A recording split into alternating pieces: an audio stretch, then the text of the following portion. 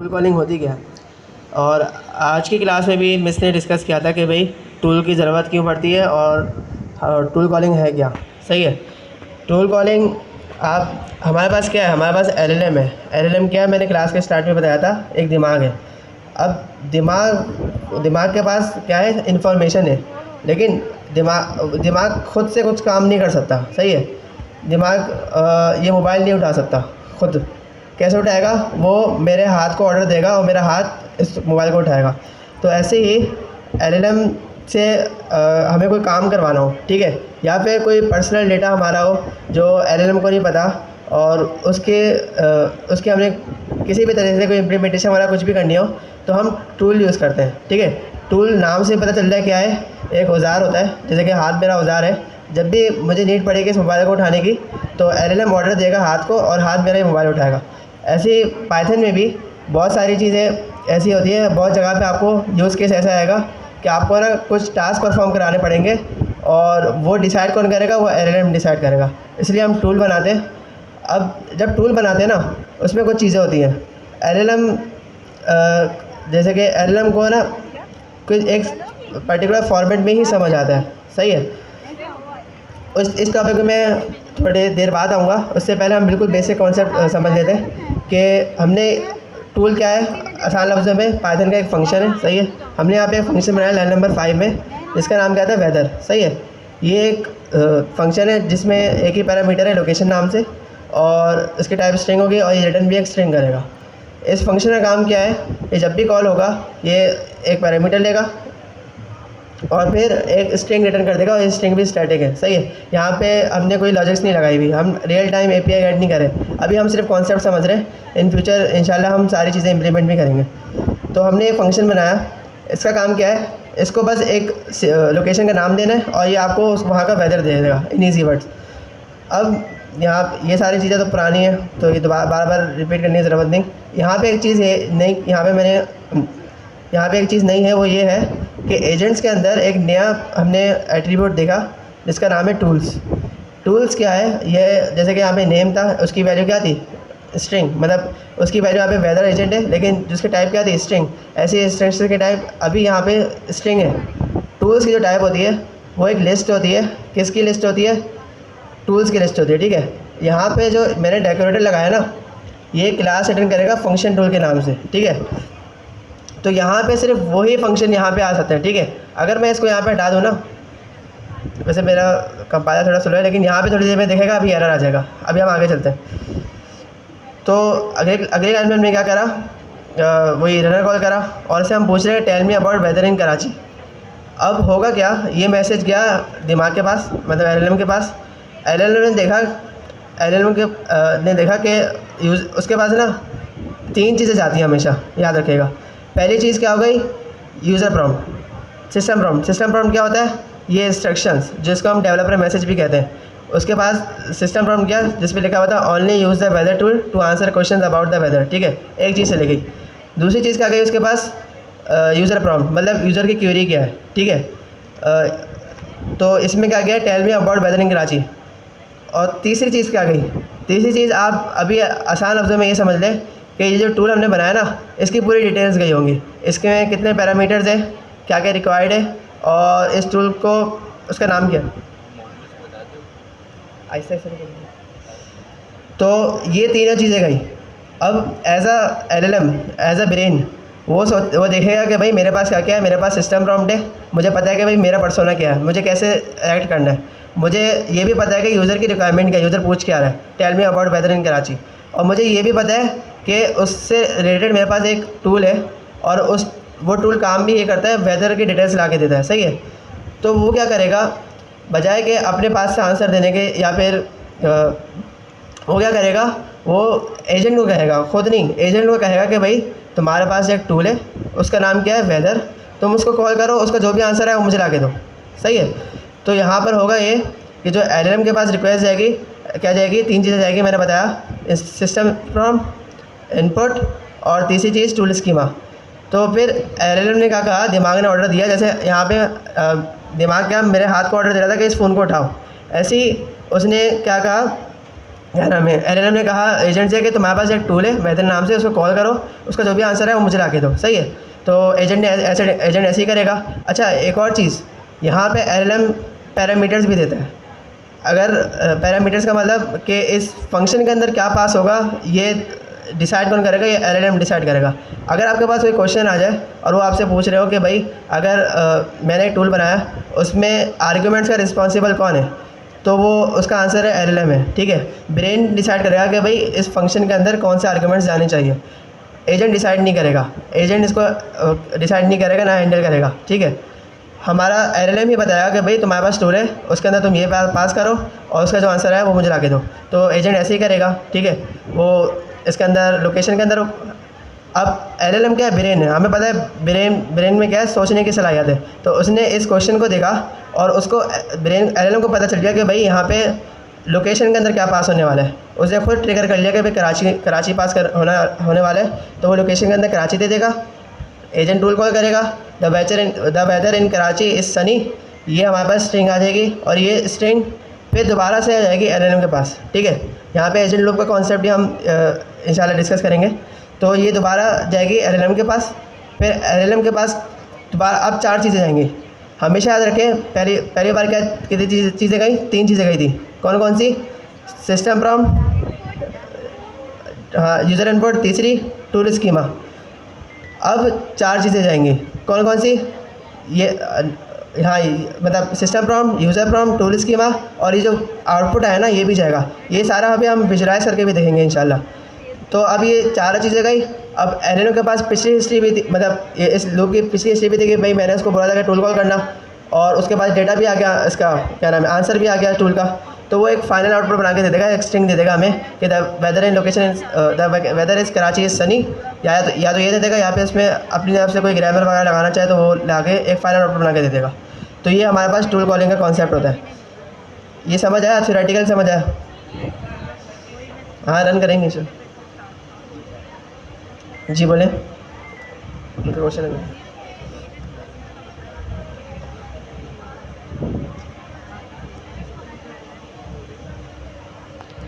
जी, dog string भी अभी हम यहाँ पे लगाएंगे। डॉग स्ट्रिंग में डिस्क्रिप्शन आती है ना, वो भी जाती है। अभी यहाँ पे डॉग स्ट्रिंग हमने नहीं लगाई हुई, इसका मतलब नन, डिस्क्रिप्शन में नन जा रहा होगा। जी, फर्स्ट रन वो हर टूल स्कीमा, देखें tool schema, user prompt, system prompt हर रन में जाता है। अच्छा, तो हम फंक्शन कॉलिंग पढ़ लेते हैं। हमने क्या किया, सिंपल सा पाइथन का फंक्शन बनाया। इसमें क्या बनाया, वेदर फंक्शन का नेम क्या रखा, वेदर। सही है, वो क्या रिटर्न करवा रहा है कि ना जो भी वेदर है स्पेसिफिक लोकेशन में, वो आपको है ना उसका मैसेज रिटर्न करवा रहा है। और पैरामीटर क्या है, लोकेशन, वो उसकी टाइप क्या है, स्ट्रिंग। सही, ये हमारा जस्ट अभी सिंपल सा पाइथन का फंक्शन है। सही, अब हमने क्या करवाया कि अगर, हाँ एक चीज़ और, ये क्या था, सिंपल सा पाइथन का फंक्शन था, और हम LLM जी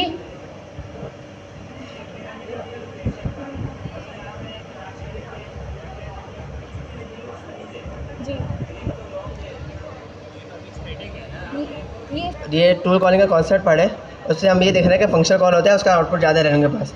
यहाँ पे हम इन फ्यूचर हो सकता है आप कोई वो बनाए, हाँ API की यहाँ पे यूज़ करें, तो वहाँ पे आप लाइव डेटा ला रहे होंगे लोकेशन के हिसाब से।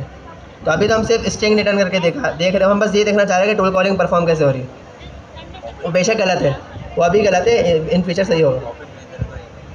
ये हम जस्ट स्टैटिक वे में देख रहे हैं। अगर आपको रियल वर्ल्ड में इम्प्लीमेंट करना है ना, तो आप सिंपल से क्या करें, वेदर की API आप है ना वो गेट करें, एंड यहाँ पे फंक्शन में सेट वगैरह करके पास कर दें, तो वो आपको डायनेमिकली डेटा दे देगा। सही, अच्छा, तो यहाँ पे हमने क्या देखा, सिंपल सा पाइथन का फंक्शन बनाया। सही, अब तक बगैर डेकोरेटर के ये फंक्शन सिर्फ सिंपल सा पाइथन का फंक्शन है, जो कि एक ना टूल फंक्शन कॉलिंग है। अब हम इसको क्या करेंगे, इसके top of the functional tool का डेकोरेटर पास कर देंगे। अच्छा, ये फंक्शनल टूल का डेकोरेटर क्या करता है, कोई बताएगा?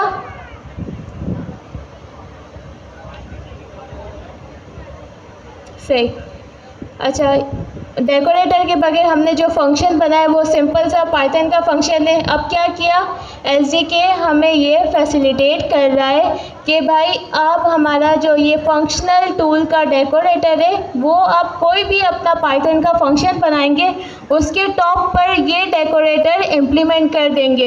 ये डेकोरेटर क्या करेगा, इसका स्कीमा, अच्छा स्कीमा क्या होता है, सिंपल है ना, टूल की इंफॉर्मेशन होती है, सही।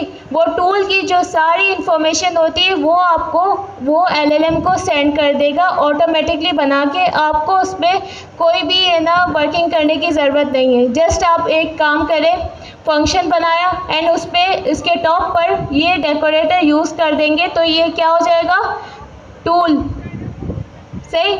अब फिर हमने सिंपली है ना यही चीज़ें की कि ना जो हम प्रीवियस इम्प्लीमेंट करते हुए आ रहे थे, वेदर के एजेंट बनाया, उसमें हमने उसका नेम पास कर दिया, उसका पर्सोना दिया कि भाई अब ये टूल यूज़ करो अगर कोई भी यूज़र की क्वेरी वेदर के रिलेटेड हो। एंड हमने एक और एडिशनल चीज़ अब देखी, वो क्या है, क्या है, स्क्रीन पे विजिबल है ना, सही, टूल है।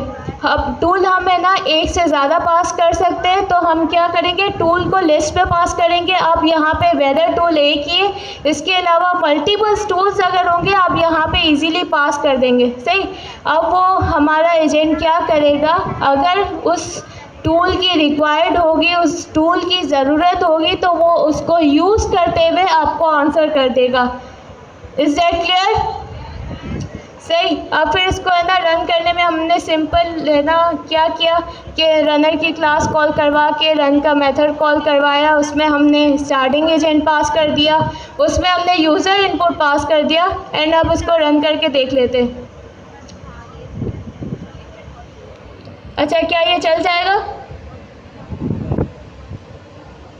सही। इसको रन करके देखते हैं। देखिए हमारे पास आंसर क्या आया, सही। ये कॉन्सेप्ट क्लियर हुआ। अच्छा अभी हमने थ्योरेटिकल चीज़ें पढ़ी ना, अब इसको हम थोड़ा विजुलाइज भी करते हैं। देखिए डीबगिंग करना थोड़ा सीखें तो हम क्या करेंगे, एजेंट्स एसडी के बारे में ना हमारे लिए बहुत आसानी की हुई है। इन्होंने लॉगिंग के लिए एक मेथड दिया हुआ है, इनेबल वर्बोस stdout लॉगिन, ठीक है। ये हम एजेंट से इंपोर्ट करेंगे और इसको है ना हम इस कोड के शुरू में ना सिर्फ कॉल कर देते हैं। इससे होगा क्या, पीछे जो भी चल रहा है ना वो सब हमें देखना शुरू हो जाएगा कि पीछे, हाँ कंसोल पे देखना शुरू हो जाएगा कि पीछे क्या नाम है, सिस्टम प्रॉम्प्ट जा रहा है, यूज़र प्रॉम्प्ट जा रहा है, वो सब, तो वो सारा यहाँ पे देखना शुरू हो जाएगा। एक मसला ये है कि अभी ना रिस्पॉन्सिव का यूज़ होगा, रिस्पॉन्सिव पे सिस्टम प्रॉम्प्ट लॉगिन में दिखाया हुआ नहीं है, तो यहाँ पे तो कॉन्फ़िगरेशन का वो एप्लीकेशन की जाता है। इसको हम ना जेमिनी से करते हैं, क्योंकि आप लोग जेमिनी से करेंगे ना, क्योंकि आप लोग जेमिनी से इम्प्लीमेंट कर रहे हैं ना, तो ये हम जेमिनी से इम्प्लीमेंट करते हुए चलेंगे। अच्छा, डीबगिंग एज अ डेवलपर बहुत ज़रूरी चीज़ होती है, तो हम इसको डीबगिंग करते हुए हमें देखना चाहिए भाई पीछे बैकएंड पे हो क्या रहा है, टूल कॉल कैसे हो रहा है, बाकी जो सारी चीज़ें वो चल कैसे रही है। तो इसलिए हम डीबगिंग करेंगे। डीबगिंग सिंपली क्या है भाई, हमें चीज़ें बैकएंड पे वो चीज़ें शो करवा देता है, सही। इसको रन करके देख लेंगे।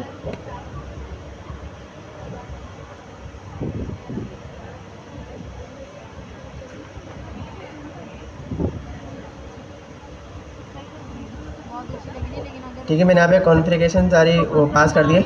अब देखिए मैंने यहाँ पे इनेबल वर्बोस को कॉल किया हुआ है, इसको हम ऊपर ही कर लेते हैं, वैसे मसला नहीं है, हमारा रहना तो नीचे ही चल रहा है। इसको मैंने कॉल कर दिया। अब होगा ये कि पीछे जो भी चीज़ें चल रही होंगी ना वो सारी हमें देखनी शुरू हो जाएगी।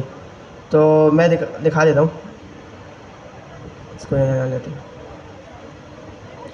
हमने क्या क्या पढ़ा था, सबसे पहले कॉल पे क्या क्या चीज़ें जाएंगी, एलएलएम के पास 3 चीज़ें जाएंगी, सही है। अभी हम वो देख लेते हैं। ये ऊपर ये कुछ चीज़ें हैं, टेस्ट एंड डिसेबल वगैरह का आ रहा है, इसको अभी इग्नोर करें। इसमें एक चीज़ ये गौर करें, रनिंग एजेंट वेदर एजेंट है ना, हमारा जो रनिंग एजेंट है, जो हमारा एजेंट रन हो रहा है वो कौन सा है, वेदर एजेंट। देख लेते हैं हमारे एजेंट का नाम क्या है, हमारे एजेंट का नाम वेदर एजेंट है। तो उसने बता दिया कि भाई अभी जो रन हो रहा है वो हमारा कौन सा एजेंट है, वेदर एजेंट है, सही है, सही। और उसके बाद टर्न नंबर 1 टर्न भी बता रही है, ये एजेंट लूप का कॉन्सेप्ट है। अब देखिए मैंने जो आपसे बात की थी 3 चीज़ें जाती हैं।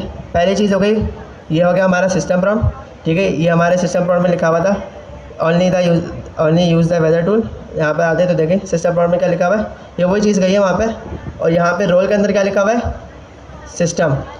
दूसरी चीज़ यूज़र प्रॉम्प्ट, रोल में यूज़र लिखा हुआ है, और कंटेंट में tell me about whether in Karachi, ये हमारा इनपुट था, वही जो हमने रनर के अंदर पास किया था, ये रहा।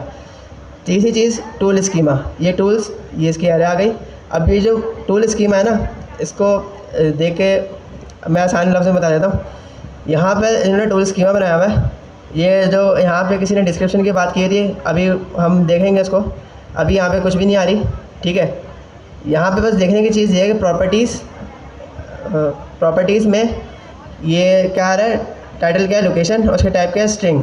जो हमने फंक्शन बनाया ना यहाँ पर, तो इस फंक्शन के इसने कहाँ गए, ये रहा, इस फंक्शन की डिटेल्स इसने खुद निकाल ली। कैसे निकाली, वो एसडीके ने इंटरनल हैंडल किया हुआ है, फंक्शन स्कीमा एक क्लास है, वो उसका एक फंक्शन है, वो ये सारी चीज़ें निकालना होता है, सही है। तो टूल, ये हमने सिर्फ टूल बना के दिया, उसमें से डिटेल ये खुद ही एक्सट्रैक्ट कर रहा है, ठीक है।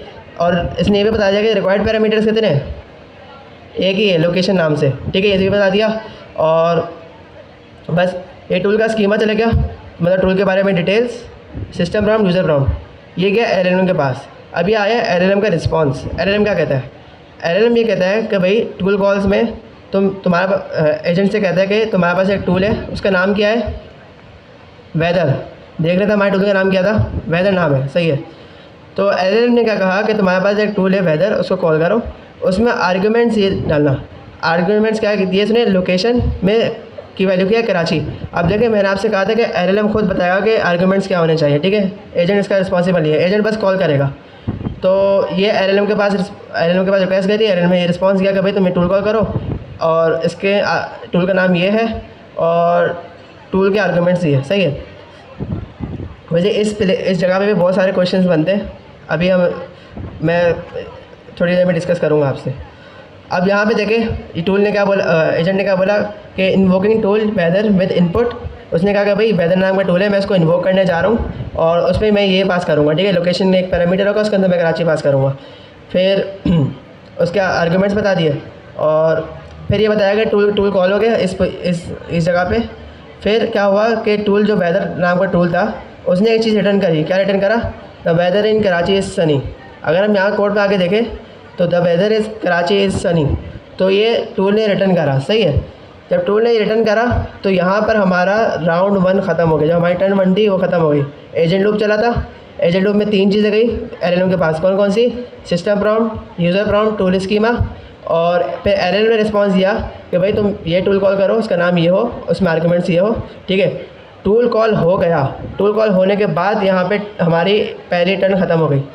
अब सेकंड टर्न में मैंने आपसे कहा था 4 चीज़ें जाएंगी। अब पहली चीज़ क्या हुई, सिस्टम प्रॉम्प्ट, दूसरी चीज़ यूज़र प्रॉम्प्ट, तीसरी चीज़ ये टूल का पूरा, तीसरी चीज़ ये रही, ये मैं दिखाता हूँ पहले, ये टूल का स्कीमा गया, तीसरी चीज़, और फिर चौथी चीज़ ये रही। क्या क्या गया यहाँ पे कंटेंट के अंदर क्या आ रहा है, the weather in Karachi is sunny, मतलब हाँ ये उसने बताया कि मैंने ये टूल कॉल किया हुआ है, उसका आंसर यह है। तो टूल का आंसर गया चौथी में, मतलब दूसरी बारी में 4 चीज़ें गई, चौथी चीज़ क्या थी, the weather in Karachi is sunny. अच्छा ऊपर कर दो। तो ये 4 चीज़ें गई। फिर अब एलएलएम के पास, एलएलएम को पता था कि भाई हिस्ट्री भी पीछे जारी होती है, पूरे लूप की मेंटेन होती है, ठीक है। तो एलएलएम को पता था कि भाई यूजर ने क्वेरी की थी, मैंने उसमें क्या नाम है, मैंने उसको बोला था कि एजेंट को तुम ये टूल कॉल करो, और मुझे टूल का आंसर भी आ गया। अब एलएलएम के पास सारा डेटा आ गया। अब एलएलएम क्या है, ब्रेन है, तो वो क्या करेगा, यहाँ पे एलएलएम का रिस्पॉन्स आया, उसने डायरेक्ट स्ट्रिंग दे दी, the weather in Karachi is sunny. तो ये हमारा 2 टर्न में कंप्लीट हो गया पूरा एजेंट लूप, और हमारा टूल का आंसर आ गया। यहाँ पे किसी का कोई क्वेश्चन, ये हमने देख भी लिया कि पीछे चीज़ें चल कैसे रही। अच्छा, तो देखिए एज अ डेवलपर जो मैंने बात की थी वो ये कि हमें डिबगिंग करके भाई बिहाइंड द सीन जो कोड में रन हो रहे हैं वो चीज़ें चल कैसे रही है, सही। अच्छा, डिबगिंग के लिए आपको सिंपली है ना एसडीके ने एक फ़ीचर प्रोवाइड किया हुआ है, वो है अनेबल वर्बोस STOUT लॉगिंग करके। आप इसको इंपोर्ट करवा लेंगे, इसको सिंपली कॉल करवा लेंगे, राइट। यहाँ तक क्लियर। अब है ना हमने एक चीज़ कोड की तरफ आ जाते हैं, जो हमने यहाँ पे क्या किया था, सिंपल सा पाइथन का फंक्शन बनाया था एंड उसको हमने फंक्शनल टूल का डेकोरेटर उसके टॉप पे लगा दिया था। अच्छा, हम जब है ना डिबगिंग करके देख रहे थे तो फंक्शन का स्कीमा आया था। क्या हमने यहाँ स्कीमा लिखा है? तो ये स्कीमा वहाँ पे वो एलएलएम तक गया कैसे? अच्छा, किससे? सही, फंक्शनल टूल का डेकोरेटर भाई आपको ऑटोमेटिकली जो स्कीमा है वो जनरेट करके एलएलएम को दे देगा। सही, हमें इस चीज़ करने की कोई ज़रूरत नहीं। फिर हमने डिबगिंग में काफ़ी जो चीज़ें, वही कोड हमने इम्प्लीमेंट किया सिंपल सा, एंड जो हमने डिबगिंग में चीज़ें देखी, क्या है फंक्शन का स्कीमा है, हमें आउटपुट मिल कैसे रहा है, हम अगर क्वेरी करें तो वो चीज़ें जा कैसे रही है। जस्ट फॉर द कॉन्सेप्ट आप अगर चाहें तो उसको डिबगिंग करके देख लें। अगर मैं रिकमेंड यही करूँगी कि डिबगिंग करके चीज़ें एक्सप्लोर करने की कोशिश किया करें, क्योंकि ये चीज़ें ना क्विज़ वगैरह में हो सकता है कि आपको काम आ जाए। सही, अच्छा, तो यहाँ तक किसी का कोई क्वेश्चन? हम बहुत ही बेसिक लेवल से ना कंटिन्यू कर रहे हैं। अगर किसी का कुछ, जी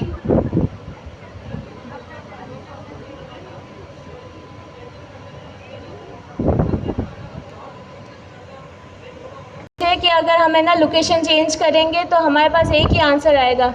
एक ये पूछे ना, सही, हमने जस्ट फॉर द एग्जांपल है हमने ना स्टैटिक चीज़ें यूज़ की हुई है। अगर रियल केस पे हमें ना एजेंट बनाए वेदर का, तो हम सिंपली क्या करेंगे कि ना इसके वेदर की एपीआई कॉल करवा के फंक्शन पे सेट कर देंगे, एंड जब वो आप अपना एआई एजेंट चलाएंगे तो वो आपको डायनामिकली डेटा देगा। एपीआई वगैरह अगर इनकेस टाइम हुआ या फिर आपको असाइनमेंट दे देंगे तो आप लोग ज़्यादा इजीली गेट कर पाए। जी, यहाँ तक सबको क्लियर है? अभी तो बहुत कुछ पढ़ना है अभी फंक्शन कॉल में। चले आगे।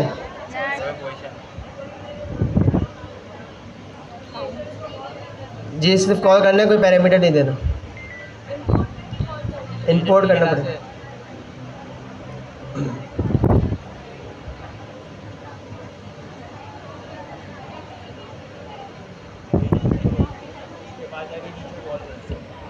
अच्छा, 3 थे, होस्टेड टूल, फंक्शन कॉलिंग और एजेंट एज अ टूल। उसमें से हमने फंक्शन कॉलिंग है ना क्लियर कर लिया, एंड अगर इसमें से कोई क्वेश्चन हो तो आप है ना पूछ ले, वरना हम आगे कंटिन्यू करते हैं। आगे कंटिन्यू करें?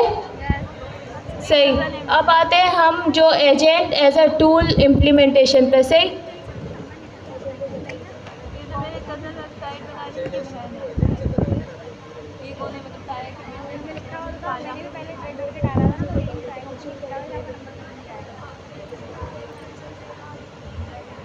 सिंपल सा फंक्शन है, उस पर डेकोरेटर लगा देते थे एंड उसको इम्प्लीमेंट कर देते। सही, अब है ना फंक्शनल टूल के भी कुछ है ना पैरामीटर्स होते हैं जो कि एग्ज़ाम के लिए मे भी इम्पोर्टेंट हो सकते हैं, हम उसको डीप डाइव करने की कोशिश करते हैं। तो जी सर, फंसी अभी हमने बहुत बेसिक सा कॉन्सेप्ट समझा। अब हम उसको है ना जो फंक्शन टूल है ना, इसमें कुछ चीज़ें इन्होंने दी हुई है, इसको हम कस्टमाइज़ कर सकते हैं ना। तो हम वो चीज़ें देखते हैं। इस पर ना ये जो डेकोरेटर है इसको हम कॉल भी कर सकते हैं। तो मैं इसको कॉल करता हूँ, मैं कंट्रोल स्पेस से बात हूँ तो मुझे इंटेलिजेंस आएगी। ठीक है, ये VS Code का फीचर है, कंट्रोल स्पेस से इंटेलिजेंस आती, तो सजेशंस आती हैं। तो यहाँ पे देखें कुछ मुझे प्रॉपर्टीज़ बता रहा है। ठीक है, हम पहले देखते हैं नेम ओवरराइड को। अब ये नाम से पता चल रहा है इसका मकसद क्या होगा, कोई बता सकता है ऐसा काम क्या?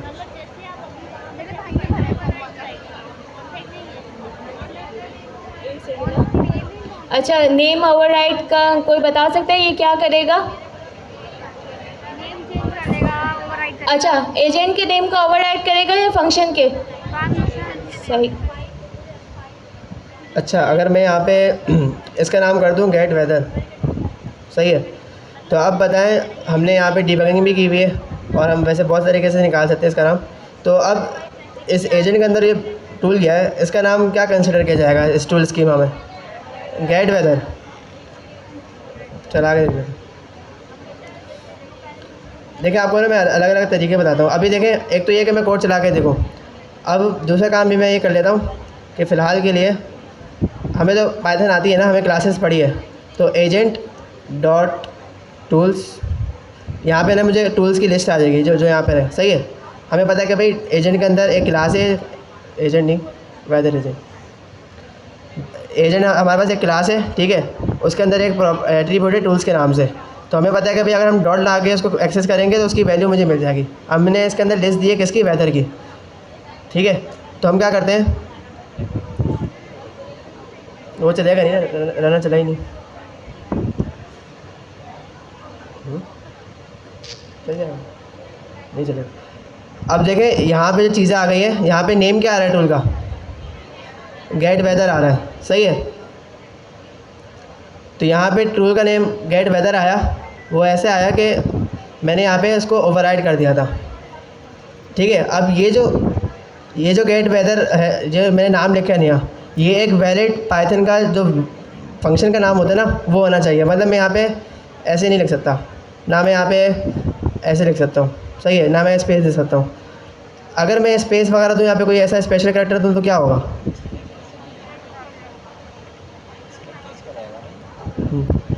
किसी को पता है? अगर मैं यहाँ पे स्पेस दे दूँ, गेट वेदर ऐसे लिख दूँ तो क्या होगा, ये वाला माना जाएगा फिर? अच्छा, कौन बोलता है कि एरर आएगा?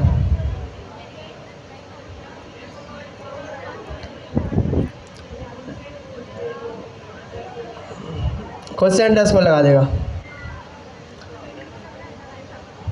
इस केस में एरर आएगा। एरर कब आएगा? देखिए, एक तो आपको पता होना चाहिए कि एरर आता है, ठीक है। आपको उसके लिए ये भी पता होना चाहिए कि एरर की टाइप क्या है। कोई इसमें ये भी पूछा गया कि ये कौन सा एरर है, मॉडल बिहेवियर एरर है, कौन सा एरर है, ये एरर्स के टाइप्स होती हैं। और आपको ये भी पता होगा कि किस पॉइंट पे आ रहा है, तो बहुत अच्छी बात है, ठीक है। इस केस में एरर आता है, और एरर तब आता है जब एलएलएम को रिक्वेस्ट आती है और एलएलएम रिस्पॉन्स कर रहा होता है। अभी यहाँ पे देखें मेरे कोड में कहीं एलएलएम को रिक्वेस्ट जा रही है, एलएलएम तक रिक्वेस्ट जा रही है कहीं पर? रिक्वेस्ट कैसे जाती है? रनर से जाती है ना। हम रनर को कॉल करते हैं, उसके अंदर फिर एजेंट चलता है। अगर मैंने एजेंट बना दिया सिर्फ और उसको प्रिंट करा दिया तो क्या एलएलएम तक रिक्वेस्ट गई? नहीं गई। तो अभी मैंने एलएलएम को रिक्वेस्ट नहीं भेजी, तो ये वाला नाम आ जाएगा गेट वेदर का, और एरर नहीं आएगा। लेकिन अगर मैं उस पर नीचे वाला कोड में कमेंट आउट कर दूँ तो तब फिर एरर आएगा और वो बैड रिक्वेस्ट एरर आएगा। अब देखिए यहाँ पे नेम गेट वेदर कर दिया, ठीक है। इसने ऐसे ही कंसिडर कर लिया जैसे हमने दिया, लेकिन हमें पता था कि भाई यहाँ पे एक वैलिड फंक्शन का नेम होना चाहिए, जो यहाँ पे हमने स्पेस देके हमने वायलेशन कर दिया यहाँ पे। तो हम क्या करते हैं,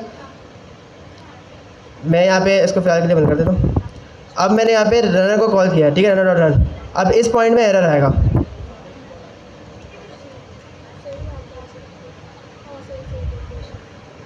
अब देखें, जहाँ तक ये वर्बों से हमें एक और भी फ़ायदा हुआ, हमें पता चलेगा कि एरर कहाँ आ रहा है।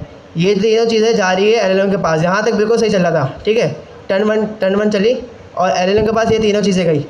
जब एलएलएम उसको वो कर रहा था ना, क्या नाम है, इसको ऑपरेट कर रहा था, तब उसने रिस्पांस में एरर दे दिया। और एरर कौन सा दिया कि इनवैलिड आर्ग्यूमेंट्स, ये ओपन रहेगा, बैड रिक्वेस्ट एरर आ गया। ये खुद बता रहे हैं कि भाई यहाँ पे या तो तुम आप ये ABC रखें स्मॉल और यहाँ पे अंडरस्कोर लगाए वगैरह वगैरह, सही है। क्वेश्चन है?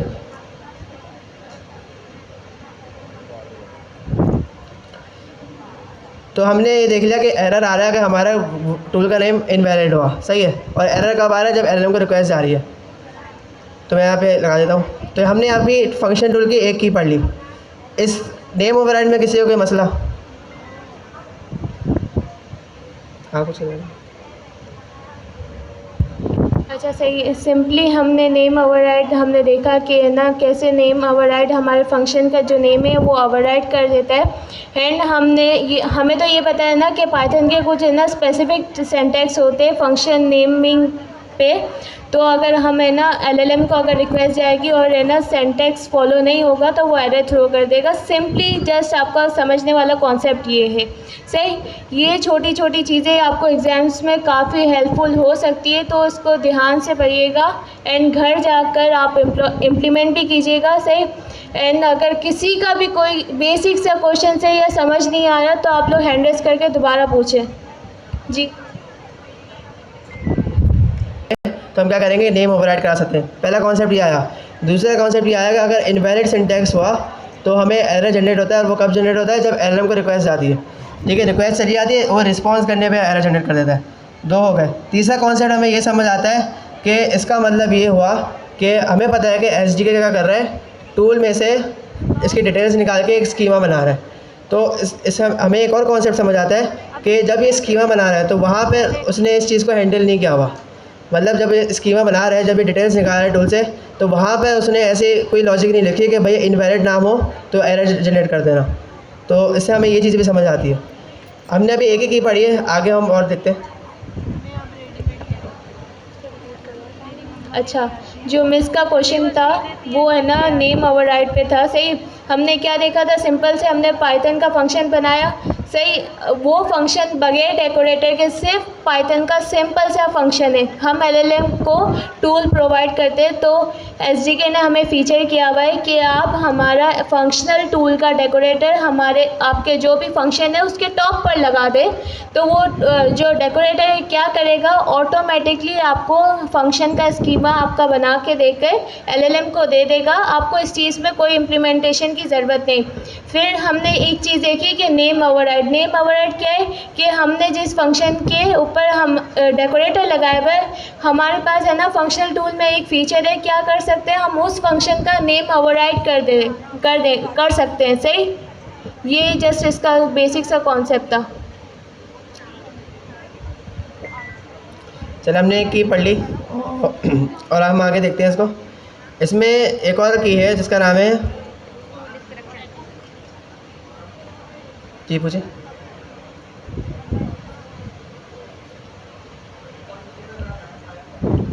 लाइन 5 जी जी ये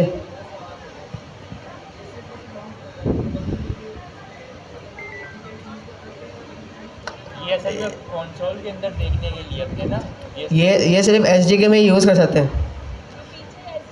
ये एसडीके में ही यूज़ कर सकते हैं। इन्होंने पूरी पीछे वो बनाया हुआ है, एक लाइब्रेरी लॉगर के नाम से, वहाँ से आ रही है जी। सिर्फ एसडीके में यूज़ कर सकते हैं। ये आप किसी और उसमें जाएंगे तो वो एरर, ज़ाहिर सी बात है, वहाँ पे है ही नहीं। हम अगले की पढ़ने जा रहे हैं जिसका नाम है, यहाँ तक किसी को कॉन्सेप्चुअली कोई क्वेश्चन हो तो वो भी पूछ सकता है। आप अपने डाउट्स क्लियर कर लें ताकि आपको कॉन्सेप्ट क्लियर हो एंड आपको एग्ज़ाम में कोई दिक्कत ना हो। सही, ये बेसिक्स की चीज़ें आज ही इम्प्लीमेंट हुई है। नेक्स्ट क्लास में हम और एडवांस चलेंगे, तो ये बेसिक के जो बिल्कुल ही बेसिक से हमने चीज़ें करवाई है वो चीज़ इम्प्लीमेंट नहीं होगी। अगर किसी का कोई भी क्वेश्चन है वो at a time hand raise करे, पूछे, कोई मना नहीं। अगर नहीं है तो फिर हम आगे कंटिन्यू करते हैं। जी,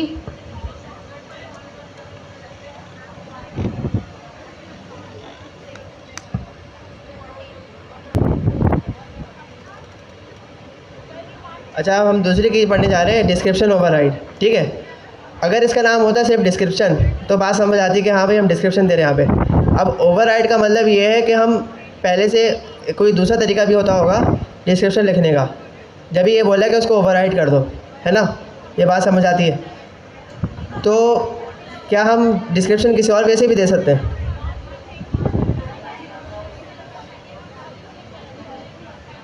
जी बिल्कुल। हम क्या करते हैं, यहाँ पे ट्रिपल कोड के अंदर डिस्क्रिप्शन लिखते हैं। जैसे कि मैं यहाँ पे कोई भी डिस्क्रिप्शन लिख देता हूँ।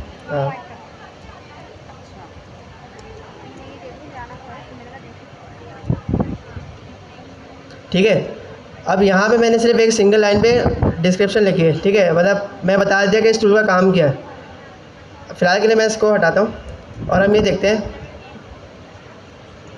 इसको भी हटाते हैं। अच्छा, मैं आपको ना एक चीज़ दिखाता हूँ, आपको भी काफ़ी हेल्प होगी इसमें।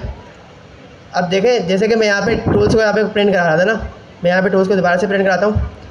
तो ये एक मैं दिखाता हूँ पहले। ये टूल सारे प्रिंट हो गए, लेकिन ये हमें ना पढ़ने में थोड़ा नहीं आ रहा है, ये रीडेबल नहीं है इतना। तो हम इसको है ना रीडेबल भी बना सकते हैं। हम क्या करेंगे, ये एक एडिशनल चीज़ है। हम एक पैकेज है इसका नाम है रिच। ठीक है, अमीरी। तो हम उस रिच को वो कर देंगे UV रिच, मतलब हम इसको इंस्टॉल कर रहे हैं। ये ज़्यादा सही रहता है। UV एड्रेस से ये मेरे पास पहले से इंस्टॉल था, आपके यहाँ पे इंस्टॉल होगा। सही है। फिर क्या करूँगा, मैं जिस फाइल में मैं काम कर रहा हूँ ना, फर्स्ट लाइन में बस एक लाइन लिखनी, एक चीज़ लिखनी है मुझे कि फ्रॉम रिच इंपोर्ट प्रिंट। अब इस फाइल में जहाँ जहाँ भी प्रिंट यूज़ हो रहा है वो इस रिच लाइब्रेरी का यूज़ हो रहा है। अब देखिएगा इसका कमाल क्या है। ये क्या करेगा, जो हम पहले रीडेबल नहीं था ना उसको ये रीडेबल बना देगा। अब देखें ये पढ़ने में आ रहा है, ये हम आसानी से पढ़ सकते हैं, हम इसमें डिबगिंग वगैरह भी कर सकते हैं। तो अब देखें यहाँ पे डिस्क्रिप्शन में एक चीज़ लिखी आई, टूल डेट फैच वेदर। ये कैसे लिखी आई, ये यहाँ पे मैंने ये डॉग स्ट्रिंग के अंदर मैंने दी थी। तो इसका मतलब डिस्क्रिप्शन को हम डॉग स्ट्रिंग में लिख सकते हैं। अच्छा, एक टास्क मैं आप लोग को देता हूँ, वो ये है कि डॉग स्ट्रिंग में लिखने के ना 3 स्टाइल हैं जो SDK में सपोर्टेड है। ठीक है, 3 वेज़ हैं जो SDK में सपोर्टेड है। पहला है गूगल का है, दूसरा है NumPy और तीसरा है स्फिनिक्स। तो आप लोग ने जाके देखना है कि भाई ये तीनों का वो क्या है, सिंटैक्स क्या है। जैसे कि मैं आपको ना एक सिंपल गूगल का दिखा देता हूँ।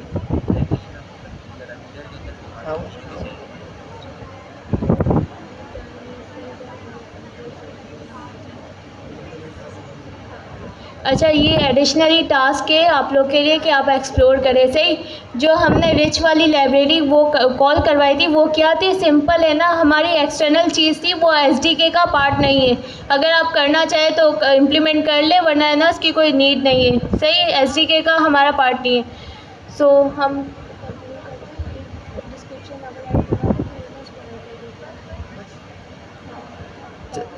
चले, जैसे कि हम नेम को ओवरराइड करा रहे थे, ऐसे ही हमने यहाँ पे डिस्क्रिप्शन को भी ओवरराइड करा सकते हैं। यहाँ पे मैंने लिखी टूल डेट फैच वेदर्स।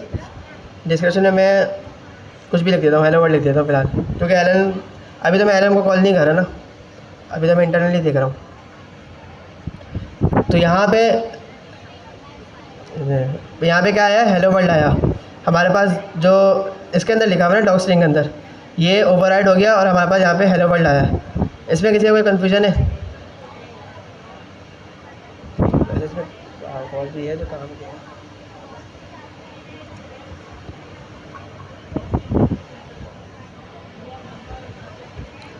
देखें यहाँ पे ना एक डॉग स्ट्रिंग स्टाइल पे आते हैं हम। यहाँ पे देखें ये लिखे आ रहे हैं, एक गूगल है, दूसरा NumPy है, तीसरा स्फिनिक्स है। ठीक है, इन तीनों का एक स्टैटिक सिंटैक्स है, उस सिंटैक्स में हमें डॉग स्ट्रिंग को प्रोवाइड करना पड़ता है, जब भी ये क्या नाम है उस स्ट्रिंग में से हमारा डेटा निकाल लेता है। जी, अब फंक्शन टूल में ही हम लिखते हैं हमें। जी। तो यहाँ पे देखें गूगल, NumPy, स्फिनिक्स। आप लोग को इसका सिंटैक्स मालूम करना है कि भाई गूगल का कैसा है, NumPy का कैसा है और स्फिनिक्स का कैसा है। ठीक है, एक्सप्लोर करके आएगा आप। ये मैं इसलिए बोल रहा हूँ क्योंकि उसका भी एक कॉन्सेप्ट है। क्या कॉन्सेप्ट है, अगर आपने यहाँ पे गूगल का वो दिया होगा ना डिस्क्रिप्शन, यहाँ पे गूगल को उसमें दी होगी यहाँ पे, और आपने यहाँ पे लिख दिया NumPy, तो पीछे वो उसको NumPy कंसिडर करेगा, और जब उसको डिस्क्रिप्शन निकालने जाएगा ना तो उसको उस सिंटैक्स में मिलेगी नहीं, तो वहाँ पे वो नन दे देगा। तो ये भी एक कॉन्सेप्ट है, इसलिए मैं बोल रहा हूँ आप इसको है ना एक्सप्लोर करके आएगा। डिफ़ॉल्ट में क्या होगी? डिफ़ॉल्ट में कुछ सेट नहीं होती, वो खुद अगर आप एक्सप्लिसिटली नहीं देते ना तो वो खुद देख के पता लगाता है कि कौन सी वाली है। वो तीनों पे चलाता है और जो सी वाली होती है वो कंसिडर करता है। लेकिन अगर आपने खुद बता दिया कि भाई मैं NumPy दे रहा हूँ और आपने पीछे गूगल दे दी, तो वो NumPy वाली कंडीशन चली गई और उसमें गूगल का कोड एक्सेप्ट नहीं हो सकता फिर।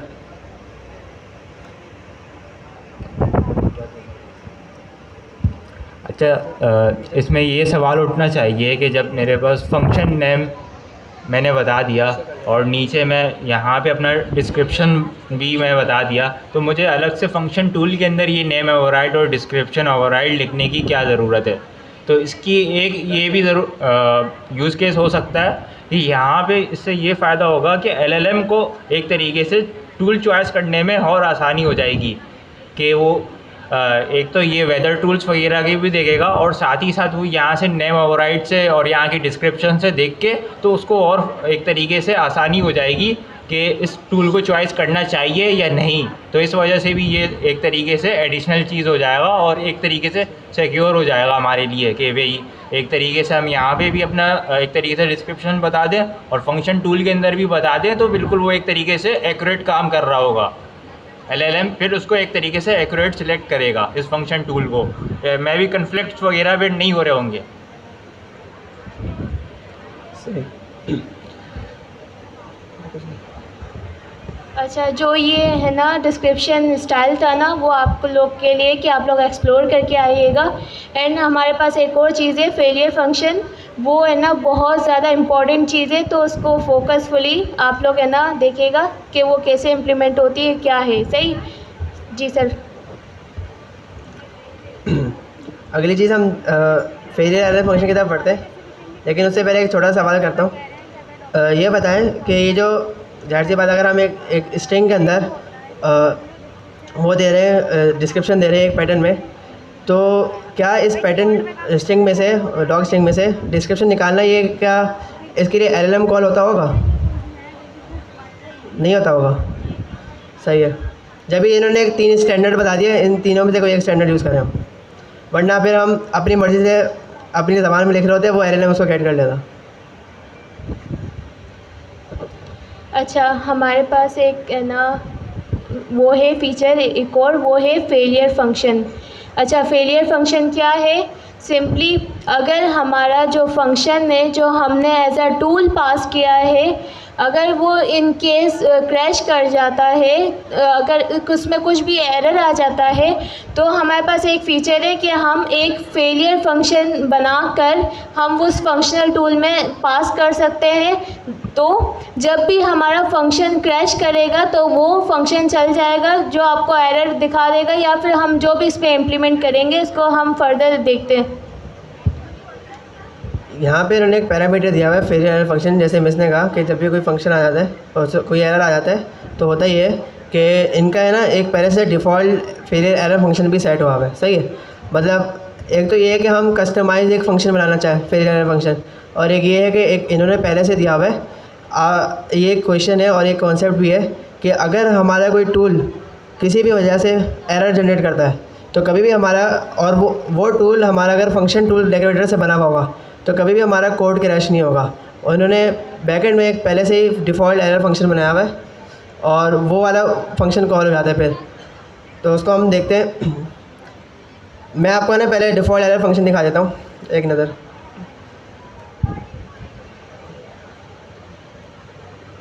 ये देखिए, यहाँ पे इन्होंने डिफ़ॉल्ट एरर फंक्शन बनाया हुआ है। एक सिंपल सा फंक्शन है जो क्या ले रहा है, कॉन्टेक्स्ट, और दूसरा एरर। सही है। और वो एक स्ट्रिंग रिटर्न कर रहा है। उसका मतलब हम जो, अगर हम कस्टम एरर फंक्शन बनाना चाहें, ठीक है, अपना, तो उसको भी हमें इसी पैटर्न में बनाना पड़ेगा। हम एक फंक्शन बनाएंगे जो पहले पैरामीटर में कॉन्टेक्स्ट ले रहा होगा, दूसरे पैरामीटर में एरर जिसकी टाइप एक्सेप्शन है, और वो एक स्ट्रिंग रिटर्न करेगा। कोई मुझे बता सकता है कि ये स्ट्रिंग ही क्यों रिटर्न कर रहा है? इसका भी एक वजह है। जी, भाई ने सही बताया कि जो LLM के पास रिक्वेस्ट जाती है ना, टूल का जो आउटपुट आता है वो स्ट्रिंग के फॉर्मेट में जाता है। ठीक है। तो ये जो जाएगा ना, ये एज अ टूल, मतलब टूल आउटपुट जाएगा।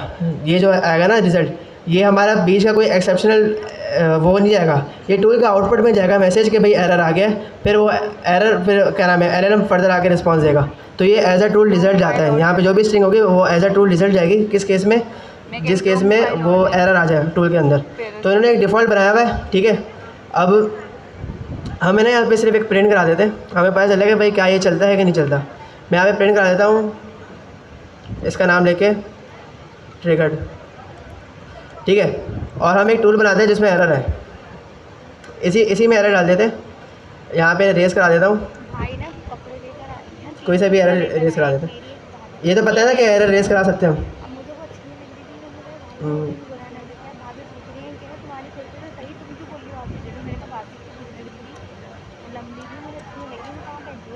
हाँ करो। यहाँ पे देखिए मैंने रेस करा दिया एरर। ठीक है। अब ये जो रेस एरर हुआ है ना, ये मैं आपसे सवाल करूँगा। चलिए अब हम नीचे आते हैं, मैं इसको चलाता हूँ LLM को, मतलब ये इसको कन्वर्ट करता हूँ, तो ये LLM चलेगा। फिर तो होगा ये कि हमारे टूल जाएगा। सही है। और LLM बोलेगा फला टूल को कॉल करो, और उस टूल में आ जाएगा एरर। तो हमने जैसे कि पढ़ा कि बैकएंड में कौन सा फंक्शन चल रहा होगा, डिफ़ॉल्ट का एक चल रहा होगा। तो जब एरर आए तो ये वाला प्रिंट हमारे सामने आ जाना चाहिए, है ना। तो हम पहले इसको बंद कर देते हैं, वरना बहुत सारे लॉग्स आ जाएंगे। इसको मैंने कमेंट कर दिया कि बहुत ज़्यादा कोड ना आए सामने। अब मैं इसको चला के देखता हूँ। हमने बस ये सिंपल एक लाइन लिखी है जिसमें हमने वैल्यू एरर को रेस कर दिया। इसको मैं चला के देखता हूँ। ऐसे ही तो हाथों से मोबाइल चला रही थी तो टाइप अब देखिए वो वाला फंक्शन ट्रिगर हुआ है इसका मतलब, और उस फंक्शन का जो आंसर आया वो हमारे पास एलएलएम के पास जाता है वो, और फिर उसने फिर ये आगे बता दिया कि भाई फला टूल में हमारे पास एरर आया था, तो आप ट्राई करेंगे। ये एलएलएम ने रिस्पॉन्स दिया, ये वाला लास्ट वाला। एक मिनट। अच्छा, जो डिफ़ॉल्ट फेलियर फंक्शन वाला हमारे पास कॉन्सेप्ट है वो क्या है? एसडीके हमें है ना सिंपली अगर हमारा कोई भी जो फंक्शन जो हम एज अ टूल पास करते हैं वो कहीं ना कहीं अगर क्रैश हो जाएगा तो एसडीके का अपना डिफ़ॉल्ट फेलियर फंक्शन होता है जो वो उस टाइम पे यूज़ कर लेगा। एंड सेकंड थिंग, हम इसको कस्टमाइज़ भी कर सकते हैं। अगर हम चाह रहे हैं कि भाई हमारा अगर कोई टूल है ना क्रैश कर जाए तो हमारा कोई कस्टमाइज़ वाला फंक्शन चले एंड वो हमें एरर शो करवाए, तो हम इसको क्रिएट कर सकते हैं। एंड तीसरी चीज़ कि अगर हम इसको नन करके पास कर देंगे तो वो हमारा जो पाइथन वाला एरर है वो रेस करेगा। सही? पता है मुझे। तो अभी हमने देखा कि डिफ़ॉल्ट वाला चल रहा था, अब हमें कस्टम बना देते हैं। हमें पैटर्न यही रखना पड़ेगा। सही है? क्या है, एक फंक्शन होगा, नाम हमारी मर्ज़ी से दे देंगे। उसमें पहले में कॉन्टेक्स्ट लेगा, दूसरे में एरर मतलब 2 पैरामीटर वाला फंक्शन है, दूसरे में एरर एक्सेप्ट करेगा। तो मैं बना लेता हूँ उसको।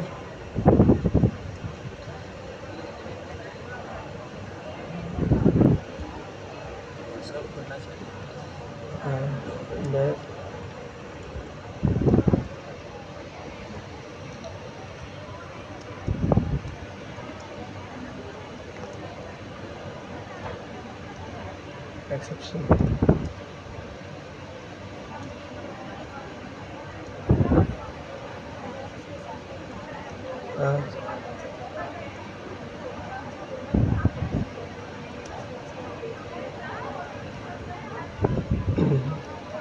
अब देखें यहाँ पे मैंने एक फ़ंक्शन बनाया है, कस्टम एरर फंक्शन, उसी पैटर्न में बनाया है। स्ट्रिंग रिटर्न कर रहा है, 2 चीज़ें ले रहा है। मैं इसको है ना पास कर देता हूँ उस पैरामीटर के अंदर। अब होगा ये कि ये वाला फंक्शन चलेगा, बस ये इसको फाइंड अप कर रहे हैं। ये वाला फंक्शन चलेगा, डिफ़ॉल्ट वाला फंक्शन नहीं चलेगा। सही है? अब मेरा सवाल ये है कि एलएलएम के पास कौन सा मैसेज आएगा, एरर रेज इन वेदर या फिर एरर अकर्ड? कौन सा वाला? कस्टम एरर फंक्शन वाला। तो ये वाला मैसेज कहाँ आएगा फिर? ये जो एरर का पैरामीटर है ना, इसके अंदर हम इसको कैट कर सकते हैं। यहाँ पे जो भी एरर आएगा, इस एरर पैरामीटर का काम ही ये है कि इसके अंदर वो मैसेज हमें यहाँ मिल जाएगा, और इस फंक्शन का जो वो होगा, क्या नाम है, आउटपुट होगा, इस फंक्शन का जो रिटर्न कर रहा होगा वो हमारे पास एलएलएम के पास आएगा। एक दफ़ा हम इसको इसके साथ चला के देख लेते हैं कि पूरा प्रोसेस हो क्या रहा है।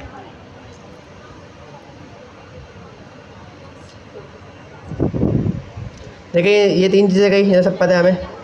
एलएलएम ने बोला कि भाई ये तुम फंक्शन कॉल करो, उसके बाद हुआ ये। अब देखिए ये एरर रेज इन वेदर, ये क्यों प्रिंट हुआ? ये हमने इस फंक्शन के अंदर प्रिंट लगाया था, ये रहा। तो हाँ, इस एरर फंक्शन के अंदर वो लगाया था, तो इसके वजह से प्रिंट हुआ। इसका मतलब यहाँ पे जो भी एरर रेज हो रहा है वो हमें इस पैरामीटर में मिल रहा है। सही है? एलएलएम के पास वापस क्या गया वो देखते हैं हम। तो देखिए एज अ टूल आउटपुट गई है ये चीज़, जैसे मैंने बताया था कि टूल के आउटपुट में जाती है ये। तो टूल के आउटपुट में एरर अकट गया है जो हमारा कस्टम एरर फंक्शन का आउटपुट था, और फिर आगे एरर ने रिस्पॉन्स दिया। समझ आया सबको? सर नेक्स्ट रिपीट कर दिएगा, नहीं समझ में आया।